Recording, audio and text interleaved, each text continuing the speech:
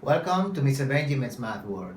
In this occasion, we are going to continue with operations using factoring combining cases. Here we have this expression which says a to the second plus m to the second minus 4b to the second minus 2am. We need to factor it.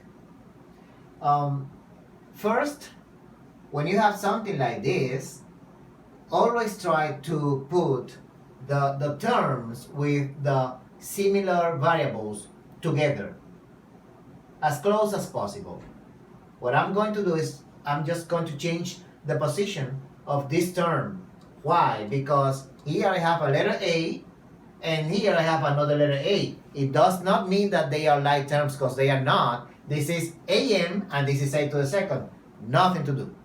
But since they have similar letters, I'll put them as close as possible. So I'll just bring down the a to the second power. I'll move the negative.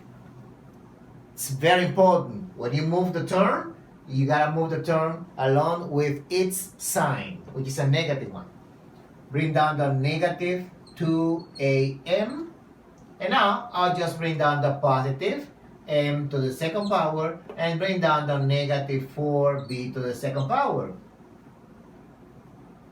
And here is when we have to just try to recognize this trinomial, 1, 2, 3 terms, and this is a perfect square trinomial.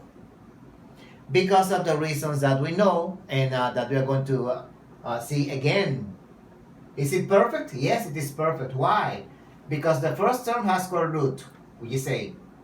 The third term has square root, which is m. And the second term is 2 times a times m. Here it is. The square root of a to the second is a. The square root of m to the second is m. 2 times a times m is 2am. It is a perfect square trinomial. It has been identified as such. Minus 4b to the second. Since it is a perfect square trinomial, I know how to factor it. I'll factor it. Square root of the first term, a. Sine of the second term, negative. Square root of the third term, m. Close parenthesis to the second power. This trinomial is already factored. And then bring down the negative 4b to the second power. These 4 terms, 1, 2, 3, and 4, have been reduced to only 2 terms, 1 and 2 terms.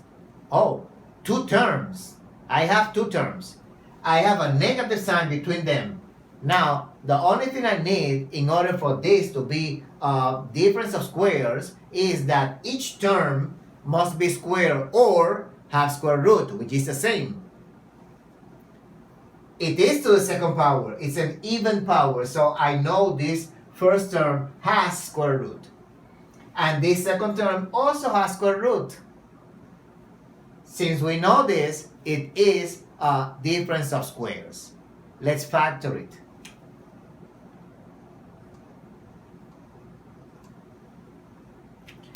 Square root of a minus m to the second power is, open another parenthesis, a minus m, a minus m.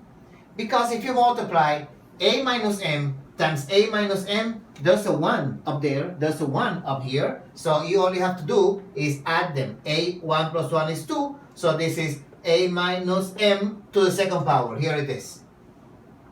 We don't need to put the 1 just to show it to you.